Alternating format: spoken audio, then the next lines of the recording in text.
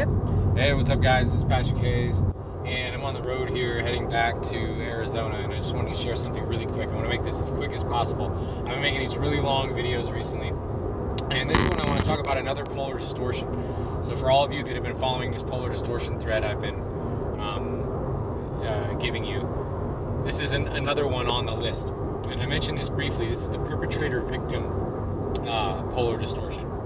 And we see this really rampant in all of the 3D realm.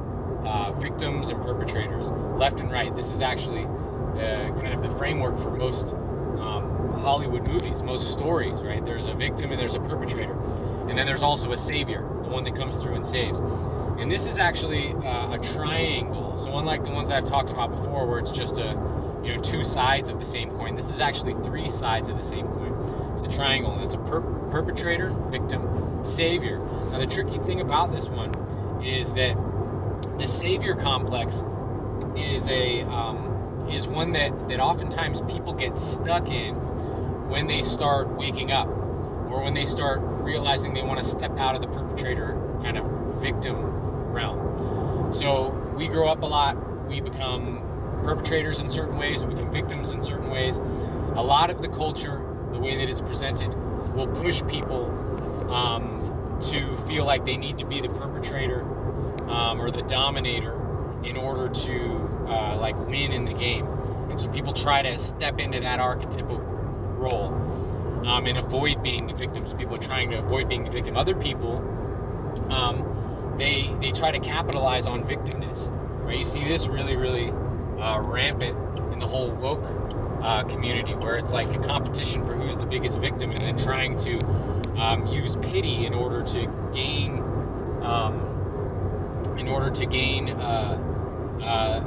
support or in order to rise in whatever way possible, whether that's through financial aid or getting social leverage or different things like this, right? But you see people trying to capitalize on either side of that, either being a victim or a perpetrator. And then what you'll see oftentimes when people want to rise above that spectrum is they'll step into the savior role. And you have a lot of this in wokeism also, stepping into the savior role. But the savior role is also extremely rampant through in organized religious communities, as well as the New Age. And this is something that I went through myself. When I first woke up and decided I was going to change my life, one of the kind of notions that came to me that I really resonated with was saving the world. And in one sense, I'm totally in support of that idea. But from another perspective, I can see how that can become very tainted with egoic desires, as well as with trauma, and how the trauma that we experience from being victims and from being perpetrators can oftentimes be projected into an ego identity of being a savior. And then we run around trying to save others, not knowing that oftentimes when we're pointing at someone that needs to be saved, what we're actually doing is projecting on top of them what we think they should be and trying to make them that. And the idea that being a savior is a good thing, a lot of that has to do with programming, right? Well, and you can see this in every superhero is a savior. The story of saving the damsel in distress from the perpetrator, where you see that story all over the place. And there are noble qualities to heroism in a sense, but heroism isn't something that that I would say is healthy to try to identify as being a hero. Being a hero, in a sense, is kind of just a natural occurrence that happens from being yourself, and through self-realization and sticking to what is true for you. As a natural consequence, it helps people. You show up in the flow of your own soul's expression, and you happen to play certain key roles in other people's lives that help them. But the biggest way to interrupt that process from naturally happening is starting to identify as being a savior, wanting to be the savior. Because then you start competing to be the savior, or trying to save things that don't need saving. You know, there was a quote by Mark Twain. It was that a hammer thinks that everything is a nail. No matter what it is, a hammer sees everything as a nail. And so if you start identifying as a savior, you start identifying as everyone needing to be saved. But ultimately, people don't need to be saved. What people need is self-responsibility. And self-responsibility can only be done by leading by example, so it's taking responsibility for yourself. Those that resonate with your ways may approach and create a dynamic of teacher-learner, teacher-student with you. It may take the role of student and learn from you. That's a much different thing than saving.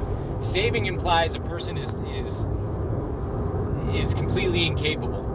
And so if we're identifying to the archetype of hero or savior, then by default, that's like saying we're the hammer and we're making other things nails.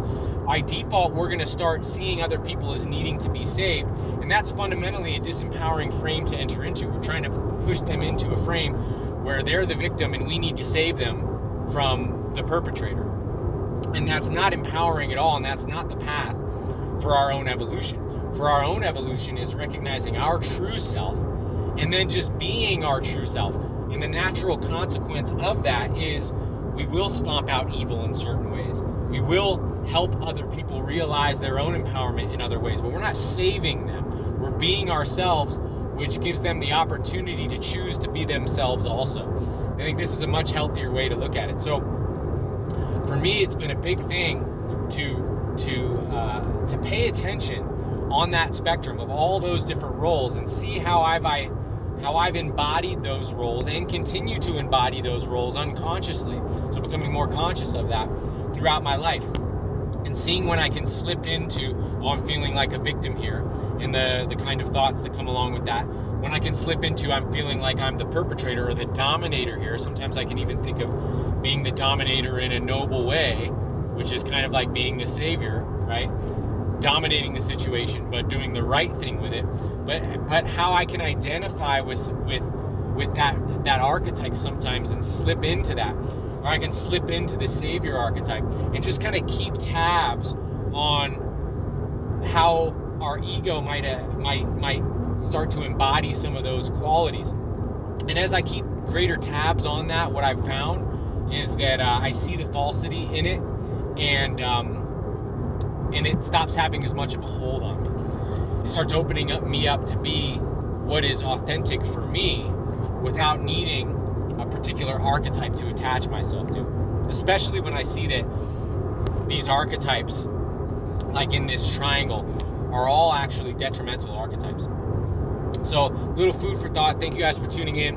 Got a lot more music coming, got a lot more cool videos coming. I'm gonna start dropping some videos a bit more regularly as I'm coming into this album release. Well, I'm gonna release the album song by song.